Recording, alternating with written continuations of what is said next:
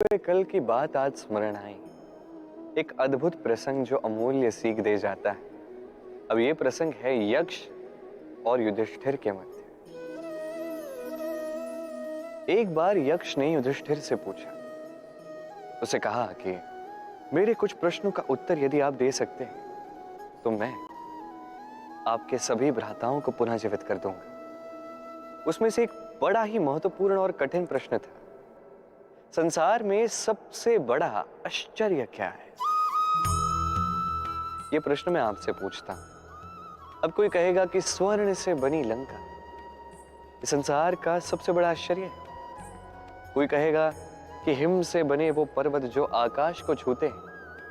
कोई कहेगा वो समुद्र जिसकी गहराई नापना असंभव है।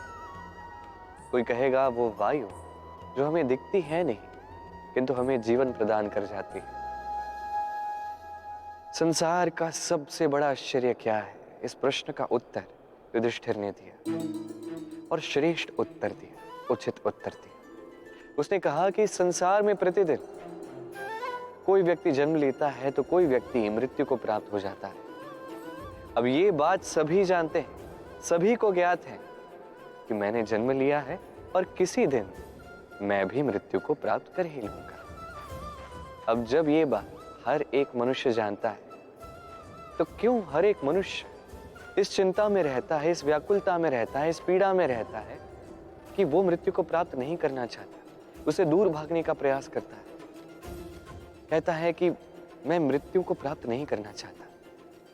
क्यों? जबकि किसी न किसी दिन तो ये होना ही है। ये ब्रह्म सत्य है। ये व्याकुलता, ये भय, ये पीड़ा, ये चिंता उसके मन को जीने ही नहीं देती, इस जीवन का अनुभव करने ही नहीं देती। तो इस चिंता का, इस व्याकुलता का, इस भय का क्या लाभ? कोई लाभ नहीं है। इसलिए जब तक आप जीवन जी रहे हैं उसका प्रति क्षण श्रेष्ठ हो, आनंदमयी हो, प्रेम से परिपूर्ण हो, इसका प्रयास कीजिए।